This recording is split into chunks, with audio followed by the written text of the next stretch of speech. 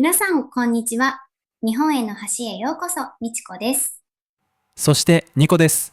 今日も日本について勉強している皆さんがなるほどと思えるような文化の橋を一緒に渡っていきましょう。いいですね。今日のテーマは何ですか、ニコさん。はい。今日は多くの学習者が僕と同じようにちょっと怖く感じることについて話したいです。それは本格的に見える日本の小さなレストランです。入り口に布のカーテンがありますよね。あのれんですね。確かに、あれは謎に思うかもしれませんね。そうなんです。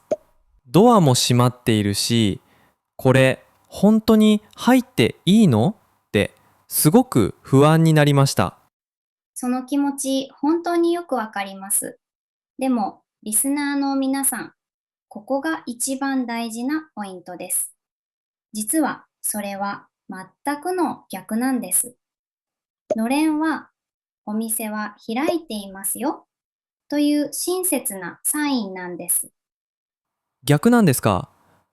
じゃあ、のれんがかかっていれば、それはどうぞ入ってくださいっていう招待状みたいなものなんですね。その通りです。素晴らしい言い方ですね、ニコさん。まさに招待状です。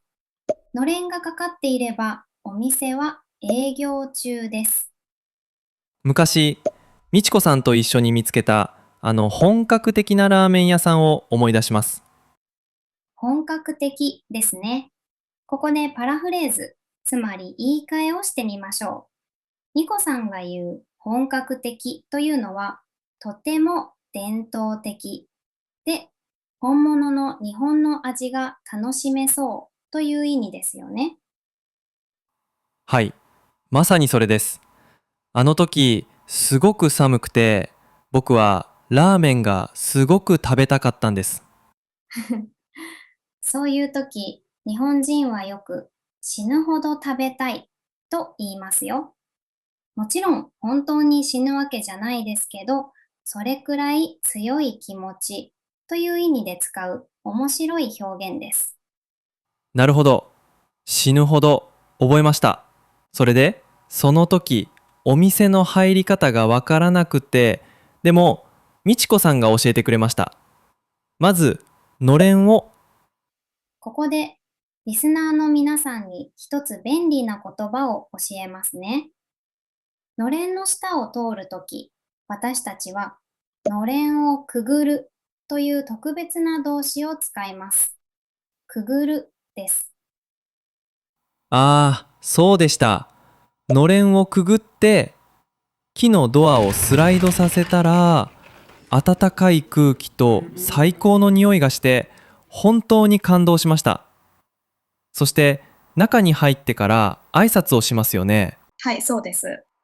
みちこさん、ここで質問です。すみませんとごめんくださいはこの場合何か違いますか？いい質問ですね。とても大切なポイントです。すみませんは万能で、どんな時でも使えます。一方、ごめんくださいは、お店や人の家に入るときに、誰かいませんかというニュアンスがあって、少しだけ伝統的です。でも、どちらを使っても全く問題ありませんよ。よくわかりました。ありがとうございます。これでリスナーの皆さんも自信を持ってお店に入れますね。そう願っています。それでは、最後に今日のポイントを復習しましょ